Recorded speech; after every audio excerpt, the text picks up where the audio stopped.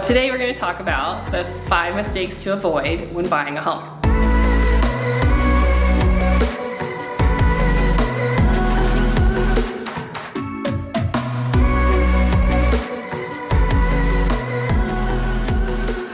It can be a huge, overwhelming process, or it can be super simple. It just depends on if you're doing it yourself, if you have experience, if you've hired someone who knows how to help you, if you don't know how to help yourself. That's where people like me come in to help people buy homes. The first mistake we're going to talk about today is that there are no stupid questions. People say that all the time. It's a cliche, but it's true.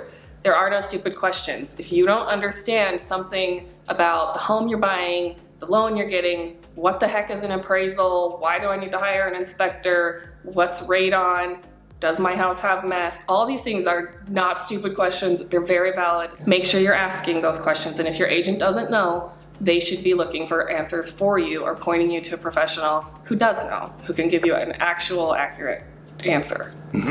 The next mistake that people often make is not asking for the free money. Did you know that you can buy a home with money from the government? They can help you fix up a home in a rural community because they're called rural development programs. There are FHA loans that will give you grant money to help improve a property because it's historical. There are first-time homebuyer programs. If you attend a class, many of them are just online. Watch a webinar and answer a couple questions.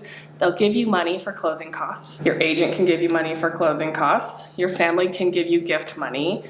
There are programs for veteran buyers and service workers, nurses, doctors, police, firemen. Make sure you're asking for your free money before you sign any deals, before you sign the contract, so that you get the gifts coming to you to buy your own home. And even if there's something that she didn't mention, again, still ask, because there's something that maybe, oh, this falls under this category, and you actually fit into that criteria, and it's like, oh, great, I had no idea. Always ask the questions. If you're not asking questions, you're gonna be losing out, maybe not right now, but in the end, because a non-answered question always just comes up as a problem later. And one of the things that people don't factor in when they're getting a mortgage, there's this disclosure called the Truth in Lending disclosure, and it's got these little boxes on it that says this is how much you're getting today, this is your interest rate, and this is what it looks like 30 years from now. And it's almost double your purchase price today, sometimes depending on what your interest rate is. If you think about getting a grant for buying your home and say it's a $2,000 gift at closing, that $2,000 today at closing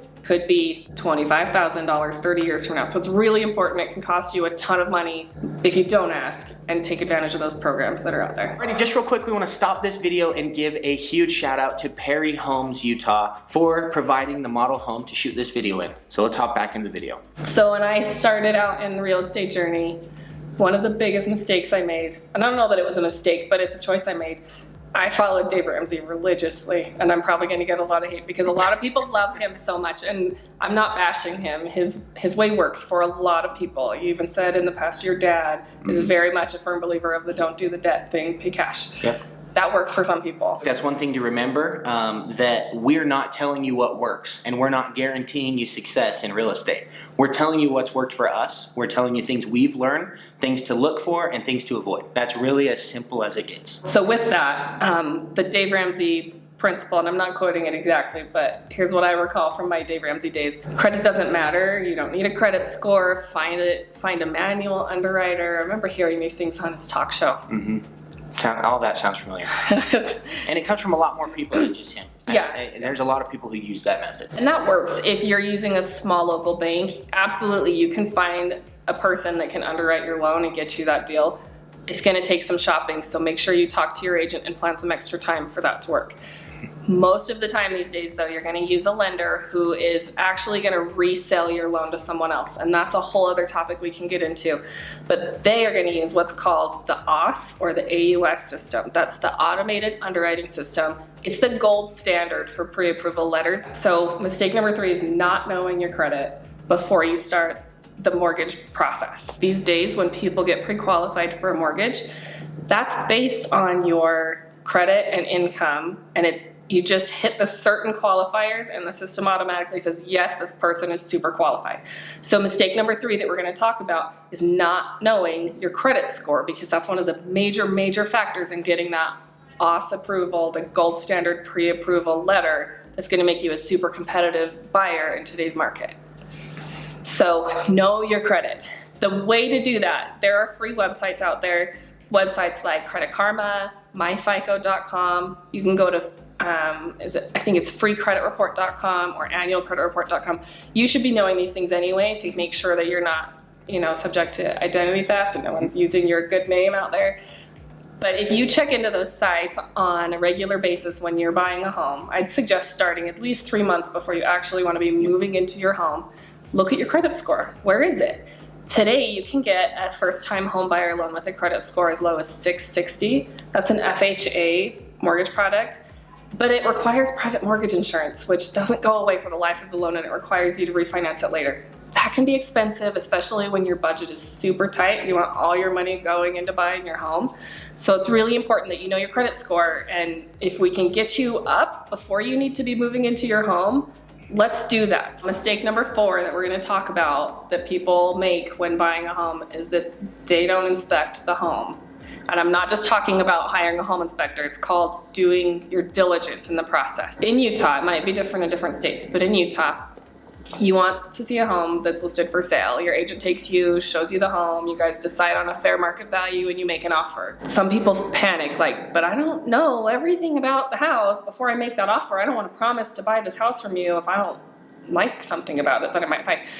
That's covered in what's called the due diligence process. So typically, when I write an offer for my clients, I give them about 2 weeks, 10 days, 2 weeks, depending on what the seller's needs are and what the buyer's needs are, how quickly the transaction needs to move. We'll set a date out for due diligence deadline. So you have from the date that you go under contract until 5 p.m. on the due diligence deadline to perform all of the research you need to know about the property. That does include hiring a qualified home inspector to look at your plumbing and electrical, hot spots for wiring, make sure that the water heater works right. Make sure that when you flush all the toilets and the washing machine that your basement doesn't flood. That stuff happens all the time and you wouldn't know without a home inspection. You need to check your roof and your foundation and all the physical things about the home, but there are things about buying a home that are not the home. It's not physically the home. People don't consider the schools that my kids are going to. That's part of it. What about the tree across the street? What if the neighbor has a 100-year-old cottonwood tree that is gonna make you feel like dying every time it loses its cotton seeds all over your yard? That's an important factor. And you can cancel your contract for that if it's something that's super important. Other things to consider, like the safety score of your neighborhood. Are there registered sex offenders in your neighborhood? Does it matter to you? Do you have kids? Are they gonna be playing in your yard? Probably something you should be looking into. So mistake number 4 is that people skip the research process, skip the inspections, don't do their homework and research the property and everything that might be important to them when buying a home. Something to remember that we're not talking about something that can be changed, overnight or over a weekend. Like if I walk in and the kitchen's not the right color, that's not a deciding factor for me if I'm gonna be buying the home. These are problems that are gonna, again, like we talked about, if you don't ask, they'll come up as problems later.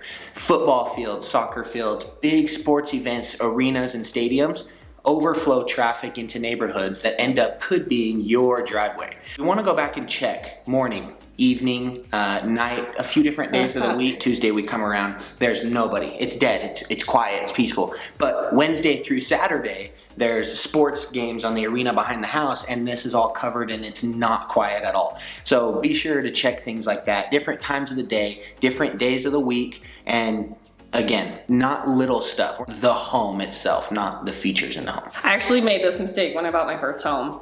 We didn't go at all times of the day. We just went during the day to do our inspections because that's when our inspector was available and our agent and when we could get access to the home. But the first night we were sleeping in that home, we realized there was a street light on the street behind our house that shined right in our master bedroom.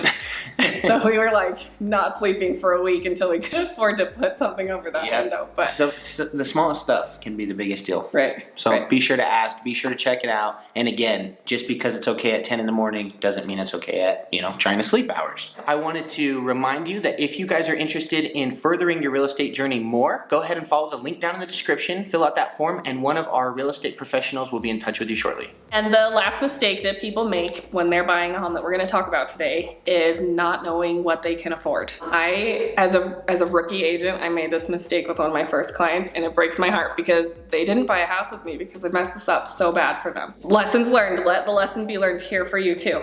Don't go looking at your dream home when you don't know what your budget is, because everything less than that is gonna feel like it sucks and it's gonna disappoint you. So When you decide you want to buy a home, the first step is to call me and I'll tell you who to work with. And the second step I'm gonna tell you is talk to a lender. Let's get you pre-qualified and figure out how much home you can afford. And not just how much do you qualify for, but how much do you actually feel comfortable making payments every month. And some clients, they have their whole life is their home and they wanna stay home and garden and they're homebodies, that's all they spend their money on. That's fine. They are totally comfortable being what some people call house poor, and 50% of their mortgage goes to their home and they have no money left over for anything else. Some people don't. Some people want to travel. They want money for toys. Collin likes to buy his side-by-sides. He's got the X3 and the big trucks. He needs extra money. He can't be house poor. So it's important that you get pre-qualified and you understand what your debt to income ratio is. And when your mortgage lender tells you you can qualify $1 million home, you actually consider, do I want to pay for $1 million home? House poor, for anybody who doesn't know, is somebody who spends all their money on their house and they're too poor to do anything besides the house. Just for anybody who doesn't know. Alrighty guys, I hope you enjoyed this video up to this point. That kind of wraps it up for things to avoid when buying a home or investing in any real estate property. I hope that you guys enjoyed today's video. If you did, don't forget to drop a like, but real quick, let's get a recap of 5 things not to do when buying a home. Mistake number 1, avoiding asking the questions. Ask the questions. Mistake number 2, not asking about the free money. Mistake number 3, not understanding your credit score. Mistake number 4, skipping out on inspections and due diligence. And mistake number 5 is not understanding what you can afford. Alrighty guys, so I hope this video answered some of the questions that you have when starting your real estate journey. If it didn't and you have more questions, go ahead, drop them down in the comments below and we'll be sure to get to them as soon as we can. For now, don't forget to hit subscribe, turn on that little bell notification so you don't miss any future videos, and we'll catch you guys on the next one.